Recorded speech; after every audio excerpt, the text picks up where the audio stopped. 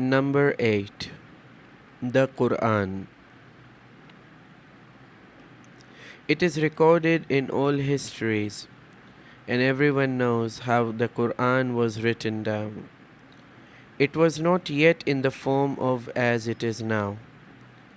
Everyone possessed some portions of it, which they recited. Under Usman, the authorities selected some portions, rejecting others. It would be too long to narrate this in detail. Then they seized by force all the other copies. The knowledge of the original Qur'an, which was really left by the Prophet and which remains in the hands of his itrat or legitimate successors, was taken from the people. But these legitimate lieutenants of the prophets still remained. Therefore, the enemies, tried their best to annihilate them, but the will of God had to be fulfilled, and the itrat remained. They used to kill and torture the successors of the Prophet, and yet they still exist in the world.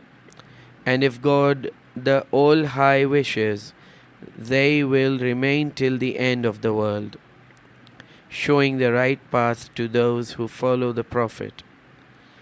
And those who do not follow him, they have to take the responsibility upon themselves. They worshipped a stone idol or a cow, and they still remain in the same position. Their belief still remains the same. Only now they worship their own lower self, or some other beast, as was explained above.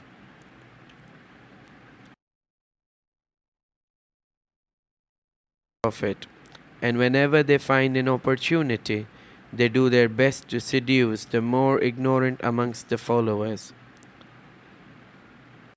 in the disguise of piety, with their foreheads bearing the marks of having hit the earth at the prostrations, and they misled them and caused them to perish. Brother, there is no doubt that those who after the demise of the Prophet usurped the leadership in contravention of his last will, wasiyat, never had any real faith, deen. Otherwise, by God, how could such a thing have happened? They knew some of his commandments, such for instance as regards prayers, namaz, or fast, etc.